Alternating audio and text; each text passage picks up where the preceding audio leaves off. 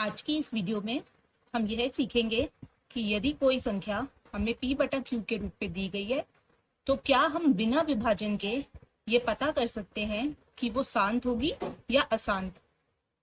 यहाँ पर दो संख्या लिखी हुई है। यदि आप इसे भाग करके पता करने की कोशिश करेंगे कि ये शांत है या अशांत, तो आपको पता है कि बहुत लंबा मेथड हो जाएगा और मुश्किल से ये क्वेश्चन पेपर में 1 नंबर में आता है। तो इसको हम कैसे करते हैं, बहुत ही आसान तरीका है, चलिए देखते हैं। सबसे पहले हम जो इसके हर में जो संख्या लिखी है, जैसे 3125 यानी कि 3125, इसका अभाज्य गुणनखंड करेंगे, जो कि बहुत आसान होता है भाग करने से। जैसे ये 5 पे गया,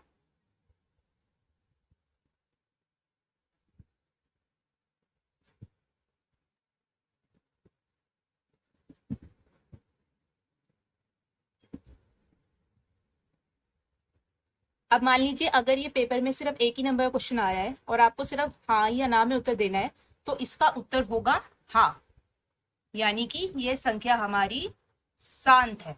क्यों शांत है? क्योंकि देखिए, जब मैंने 3125 का अभाज्य गुणनखंड किया तो मेरे पास गुणनखंड में सिर्फ और सिर्फ जो अंक आए वो थे 5। तो ये हमें बताता है कि ये शांत होगा। इसी तरह अगर हम दूसरा क्वेश्चन देखें, जैसे 455,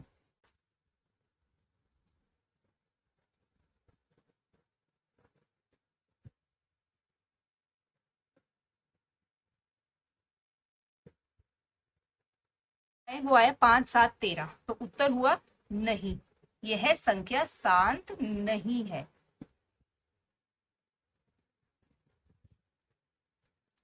अब आप सोच रहे होंगे सिर्फ अभाज्य गुणनखंड विधि से हमें ये कैसे पता चला कि ये शांत है या नहीं। इसका ये तरीका होता है कि जब हम इसका अभाज्य गुणनखंड करते हैं तो हमारे पास या तो 2 या 5 या 2 और 5 दोनों,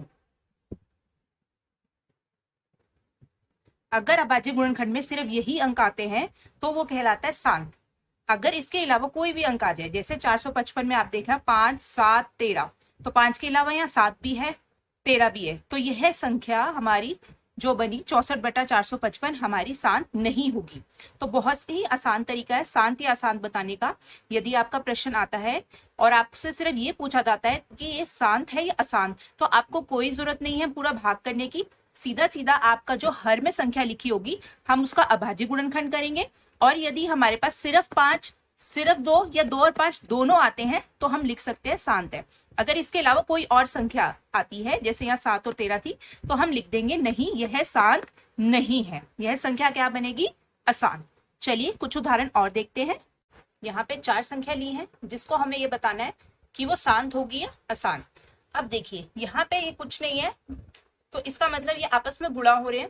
तो अगर हमें नॉर्मल मेथड करना होता तो ये बहुत लंबा होता, मींस पहले हम इसको सॉल्व करते, उसके बाद हम भाग करते और फिर चेक करते कि ये हमारा शांत है या अशांत। तो यहाँ पे सीधा सीधा हम बता सकते हैं कि ये जो संख्या होगी हमारी वो होगी अशांत, क्योंकि यहाँ बहुत आसानी से दिख रहा है 2 है 5 है उसके अलावा 7 भी है, तो यहाँ पे हमें इसको सॉल्व करने की जरूरत ही नहीं पड़ी। और अगर 1 नंबर में है तो ये 1 सेकेंड में ही बता दिया हमने कि ये क्या होगा, अशांत। इसी तरह ये हमारी संख्या क्या होगी, शांत, क्योंकि देखने पे ही हमें पता चल रहा है कि यहाँ पे सिर्फ 2 और 5 है, इसके अलावा यहाँ पे कोई और संख्या नहीं है। अब सेकंड का देखते हैं। सबसे पहले हमने 15 का अभाज्य गुणनखंड किया, 3 5, तो बहुत आसानी से दिख रहा है यहाँ 5 के अलावा 3 भी आ रहा है, और हमारा नियम क्या था, या तो 2 हो या 5 हो, या 5 और 2 दोनों ही हो सकते हैं, पर यहाँ पे 3 जो आया वो हमारा उन संख्याओं में से नहीं है, तो ये संख्या होगी हमारी अशांत। इसी तरह थर्ड का देखते हैं। जब हमने 50 का अभाज्य गुणनखंड किया तो हम देख रहे हैं सिर्फ 2 ही अंक आए, 5 और 2, तो हम सीधा सीधा लिख देंगे ये क्या होगा, हमारा शांत। अब मान लीजिए कि प्रश्न में एक चीज और जोड़ दी जाए कि यह कितने स्थान बाद शांत होगा। जैसे कोई प्रश्न आता है कि अगर आप इसका दशमलव प्रसार निकालते हैं तो कितने स्थानों बाद वह शांत होगा, तो वो निकालने का भी बहुत ही आसान तरीका है, वो भी 1 ही सेकंड में हो जाएगा। जैसे आप देख रहे हैं ये तो आसान था, तो इसमें तो वो संभव ही नहीं है, यहाँ ये क्या था, शांत। तो अगर पूछे वो कितने स्थानों बाद शांत होगा तो बहुत ही आसान है। आप देखेंगे जो आपको संख्या दिया हुआ है उसमें से किसकी घात बड़ी है। जैसे यहाँ 2 की घात क्या है, 3, 5 की घात क्या है, 2, तो यहाँ पे 3 घात बड़ी है, तो जो घात बड़ी होगी वही आपका उत्तर होगा।